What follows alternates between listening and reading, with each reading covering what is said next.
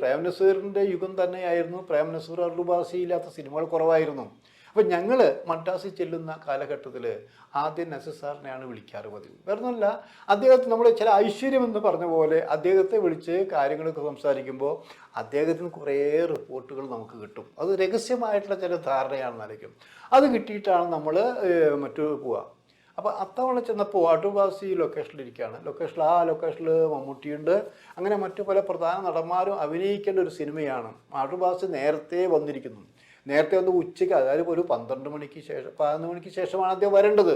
പക്ഷേ നേരത്തെ വന്നിരിക്കുന്നു. നേരത്തെ വന്നാലേ ബ്രേക്ക്ഫാസ്റ്റും അവിടെ നിന്ന് കഴിക്കാൻ പറ്റുള്ളൂ, അല്ലെങ്കിൽ വീട്ടിൽ നിന്ന് അത്രയും പിശുക്കനാണെന്നായിരിക്കണം.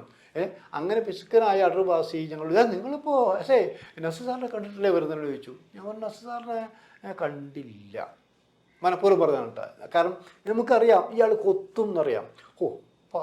അത് ശരിയായില്ല കേട്ടോ. നിങ്ങളെപ്പോഴും നസീറിൻ്റെ അവിടെ പോവാറ് പതിവ്.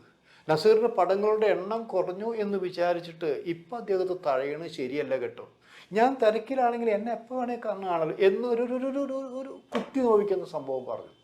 അപ്പോൾ അത് കണ്ട് എൻ്റെ കൂടെ ഉണ്ടായിരുന്ന ഫോട്ടോഗ്രാഫർ കൃഷ്ണൻകുട്ടി പറഞ്ഞു, ബാദുഷാ സാറേ ഞങ്ങൾ നസീർ സാറിനെ കണ്ടിട്ടാണ് വരുന്നത്, അദ്ദേഹം നിങ്ങളെ പറ്റിച്ചത്. ഓഹോ, എന്നെ പറ്റിച്ചതാണോ? ആ സാരില്ല, കുഴപ്പമൊന്നുമില്ല, നിങ്ങൾക്ക് എന്നെയല്ലേ പറ്റിക്കാൻ പറ്റുള്ളൂ, മറ്റങ്ങനെയൊന്നും പറ്റില്ലല്ലോ. എങ്ങനെയുള്ള സ്വഭാവമാണ് അടൂർവാസി.